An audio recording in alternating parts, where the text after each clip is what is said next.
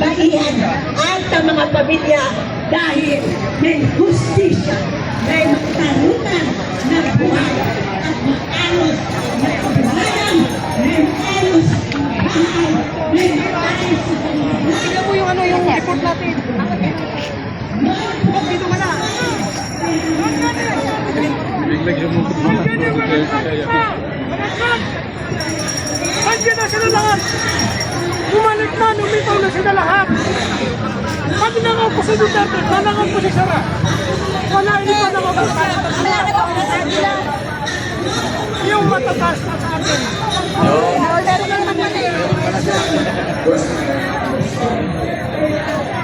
Sayang! Sayang! Sayang magkabit sa parang sa kasuanan. At saka hindi kami pumunta nito para magtitipad ng away. Yung hindi nakakalam ang pag-asa ng Republika ng Pilipinas. Si Sara! Sara Duterte talaga yun! Wala! Wala si Duterte! Nandiyan na yung mga drug! Nandiyan na yung mga rugot! Nandiyan na yung mga hudaper! Anong nangyari?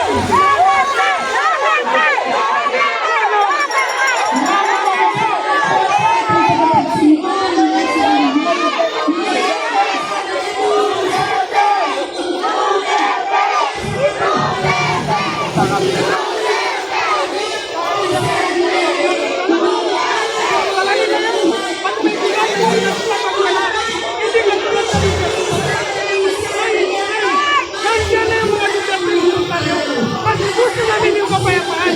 Gusto namin yung mga mawala yung mga gusto namin mawala yung mga kurangkot. Nandiyan na sila.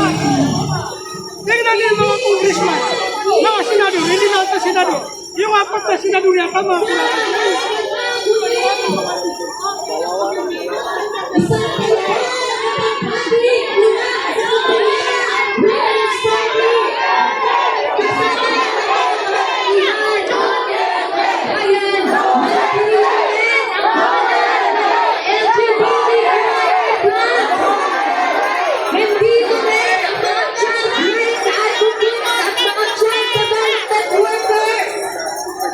Nandito sila dahil ang nagkakaisa at malakas na sigaw ng pagkain, LGBTQIA+, at mga bata ay ang palagunin ang mga karang dito sa ating bayan. Yan ang nalayaw na karanasan ng ating bayan. Hindi ba mo malaya kasi nandiyan sila? May plano yan. May plano. Nangyari yan sa Kongres. Nakapasok na. Nandiyan na, nakapasok na.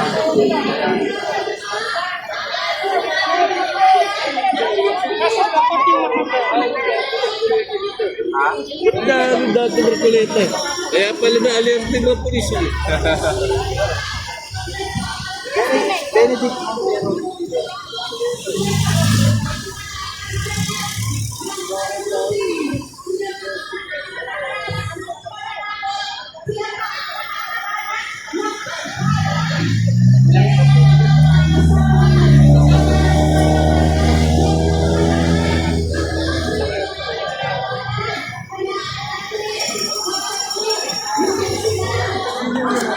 Libre tayo ice cream.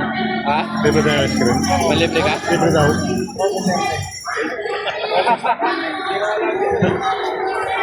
Ubus agad. Isang buhos yan.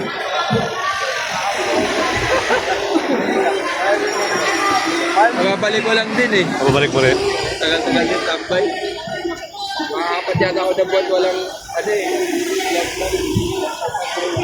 Kailangan ba yung 100?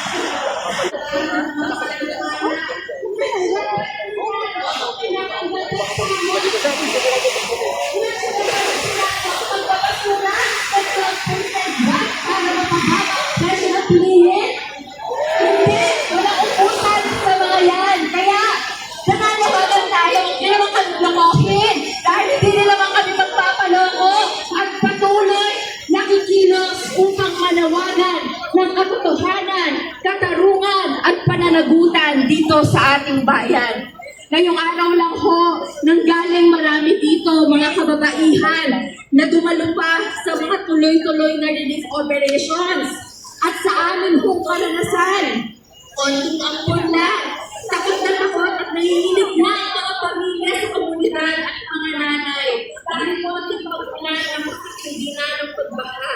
At pag matindi ang pagbaha, apektado ang kanilang trabaho, apektado ang kanilang kabuhayan, apektado ang pag-aaral ng mga anak, apektado ang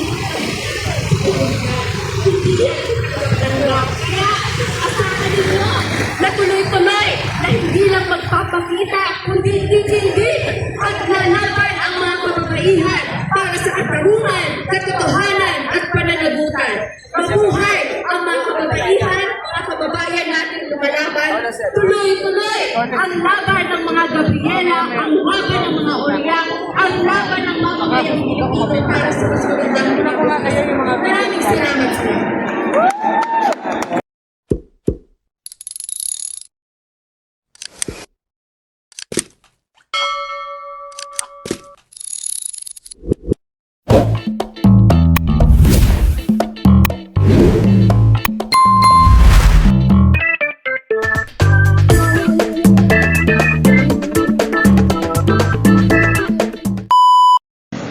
So nandito tayo ngayon sa JSIS build, JSIS mga kababayan. So on the way tayo ng main gate ng Senado. So nakikita ko sa kaliwa ko mga mga news patrol. So dito ayun, maraming tao mga kababayan. Ganun pa man, at maraming tao, baha pa rin mga kababayan. So nagmamarcha ng mga pulis nagmamarcha mga kapulisan.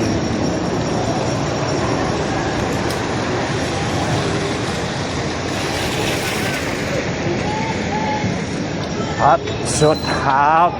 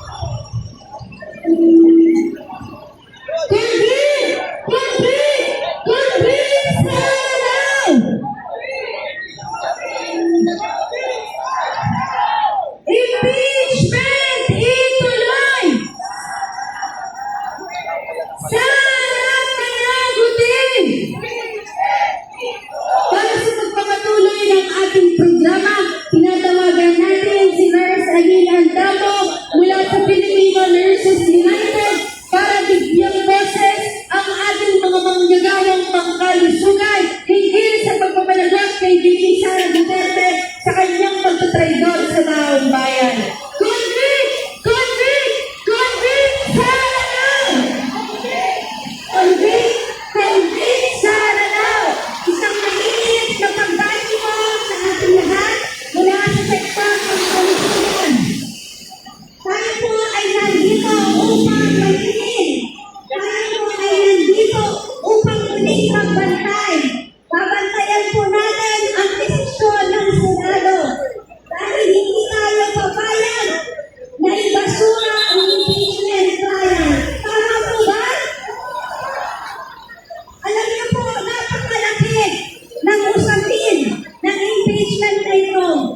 ang sangkot na pera ay hindi bastos. Napakalaki ng pera na tinakaw sa atin. Hindi pisara. Kahit kailan, ang kalusugan at serbisyong panlipunan ay hindi naging prioridad ng pamahalaan. Bilyon-bilyon ang pinarambong sa ating kabanang bayan. Milyones na ang milyon ang pinakaw ni Sara, samantalang napakarami natin mga kababayan, mga pasyente at mga tao, mga kababayan sa tuwid na lugar na namamatay na lang nang hindi man tayo nakakainom ng kailanang gamot. Idol, subscribe mo ako. Subscribe. Ayan lang. Samantalang ang pera ng taong bayan ay tinanakang bayan. Ang 600 mahigit na milyon na sinasabing hindi mabigyan ang paliwanag ni Sara ay pinagkakulutungan nilang mapagtakpan. Hindi sabihin sila ay magkakasama sa pagnanakaw ng pera ng taong bayan. Kaya hindi tayo mapipigilan. Para ito ay bantayan at huwag tayong tumayag na ibasura ang pilit nilang pinagpapagilan na impeachment trial. Ang Supreme Court, tayo ay maninigil sa Supreme Court para sa pagsasabi nito sa batas na Paano yung ikot ng mga to? Ayaw nilang magunta. ito ay ating tagumpay na dapat hindi natin bitawan. Nagpapilin ang Senado, kailangan tayo ay malakas sa Manila, malakas na magbantay, dahil ito ang tama. Dahil ang paninindigan natin sa pagpapatuloy ng pag-ibig at pananagutan ni Sara Duterte ay paninindigan natin para hindi lang sa ating sarili, kundi sa bawat mamamayang Pilipino na nangangailangan ng serbisyo, nangangailangan ng serbisyo pangkalusugan, na patuloy na inaabandonan ng ating pamahalaan samantalang ito ay pera ng taong bayan. Hindi man kahit sino sa atin, hindi man tayo may alam sa batas, alam natin kung ano ang ibig sabihin ng salitang COVID. Kailangan agad-agad. Pero ano ang ginawa ng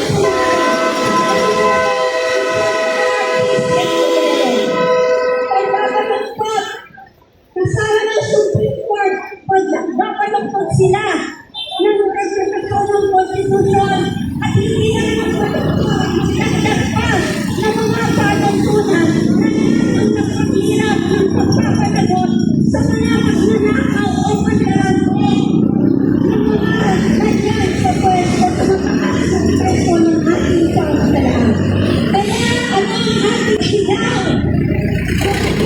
Sa araw! Marcos tigilin! Duterte panagutin!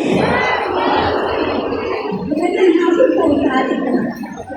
Maraming salamat po kay Nurse Aline Andamo para sa kanyang talumpati. Ngayon naman, tinatawagan natin ang isa sa mga naging kasama natin sa ating tuloy-tuloy na laban para sa tuluyang pagpapanagot kay Sara Duterte. Tinatawagan natin si Ronel Arambulo mula sa Pamalakaya.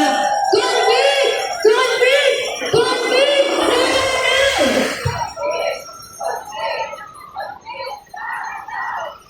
Marcos singilin!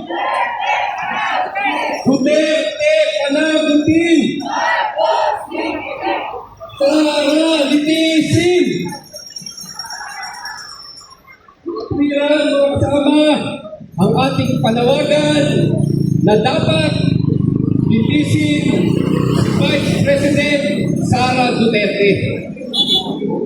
Malinaw na mayroon tayong makapiran at legal na batayan dahil malinaw na si BP Sara ay naktaksin sa taong bayan sa Article 2 ng ating saligang batas. Ipinagkakawala sa kanya ng taong bayan ang opisina at ang pinakamalaki na pagtitiwala ay sa usapin ng confidential fund. Pero sinira niya ang tiwala na ito. Lumabag siya sa pangalan ng tunil sa batas na kung saan, kung paano Balik pa lang raw eh, tawag ka rin. Parwasto ang confidential fund. 612.5 million na confidential fund ang kanyang hindi may paliwanag at mismo sa kanilang ahensya ng reaksyonaryong gobyerno ng Commission on Audit sinasabi na dapat may paliwanag ni Sara Duterte ang kanyang ninakaw sa taong bayan. Lalong-lalo ang 125 million na ginastos lamang sa loob ng 11 araw.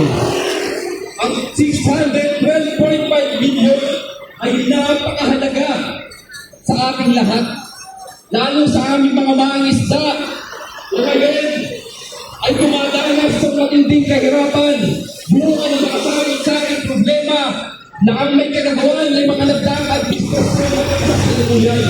Lubog ang aming mga komunidad. Walang tulong mula sa gobyerno habang may mga ganito tayong mga nararanasan na pagnanakaw sa kaban ng bayan. Ang nakakalungkot, nagsasabwatan ang Senado, si Bongbong Marcos, ang Supreme Court para iligtas itong si Sara Duterte.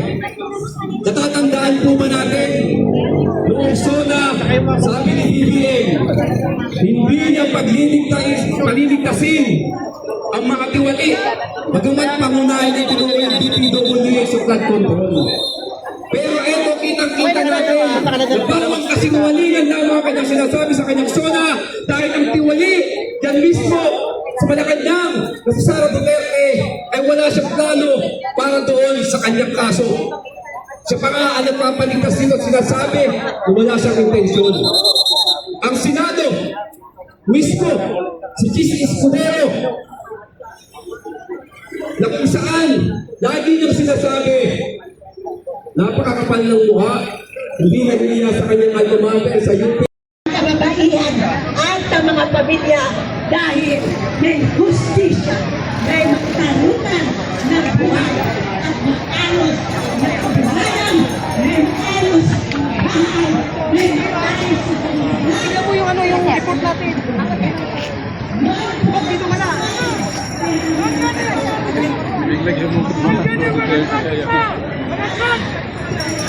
Nandiyan na sila lahat.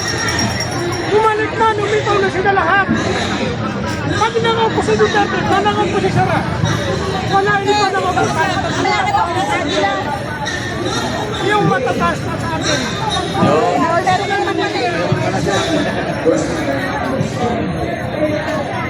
Sayang. Sayang.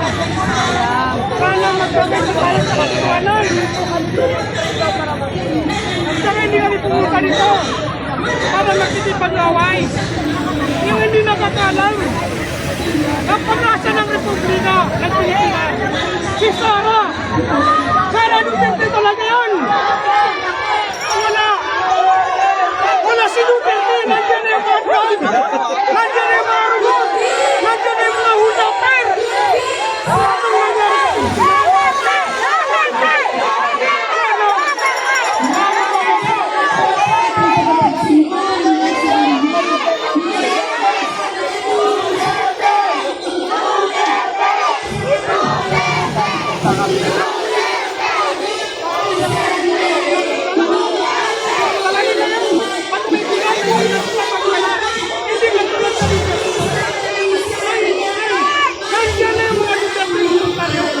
Gusto namin yung kapayapaan.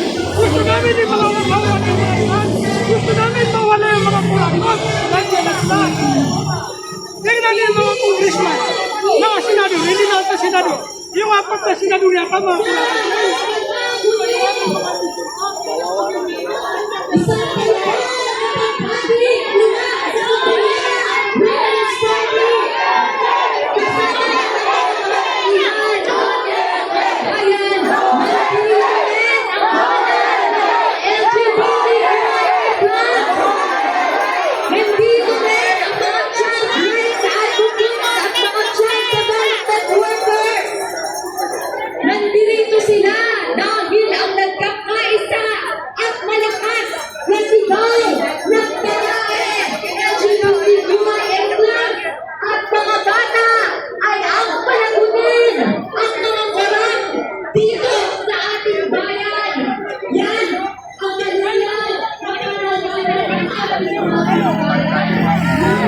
Hindi ba mo malaya kasi nandiyan sila?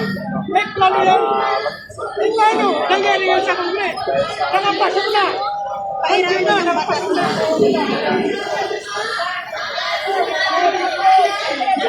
Kasi nakunting na po. Kaya pala na alerting ng pulis eh.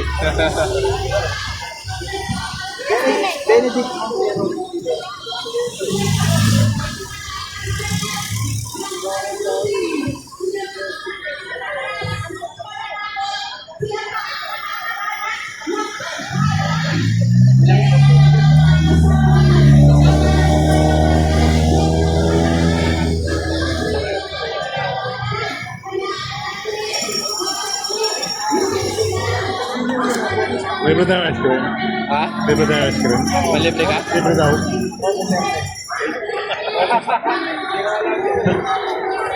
Ubus agad. Isang buhos yan.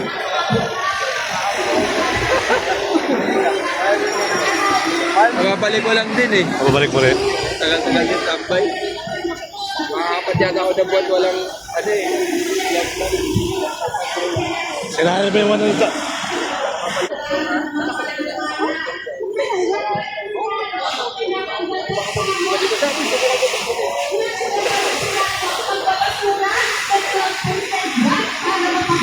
Kasi napilit. Hindi, wala upusan sa mga yan. Kaya, nananawagan tayo, hindi naman kami lokohin. Dahil hindi nila naman kami magpapaloko at patuloy nakikilos upang manawagan ng katotohanan, katarungan at pananagutan dito sa ating bayan. Ngayong araw lang ho, nanggaling marami dito mga kababaihan na dumalo pa sa mga tuloy-tuloy na relief operations. At sa amin hong karanasan, konting ampun lang, takot na takot at nanginginig na ang mga pamilya sa komunidad at mga nanay. Dahil konting pagpunan ang hindi na ng pagbaha. At pag matindi ang pagbaha, apektado ang kanilang trabaho, apektado ang kanilang kabuhayan, apektado ang pag-aaral ng mga anak, apektado ang kaya asahan ninyo na tuloy-tuloy na hindi lang magpapakita kundi hindi at lalaban ang mga kababaihan para sa katarungan, katotohanan at pananagutan. Mabuhay ang mga kababaihan, mga kababayan natin lumalaban. Tuloy-tuloy ang laban ng mga Gabriela, ang laban ng mga Oriang, ang laban ng mga kabayang Pilipino para sa kasunod ng mga. Maraming salamat sa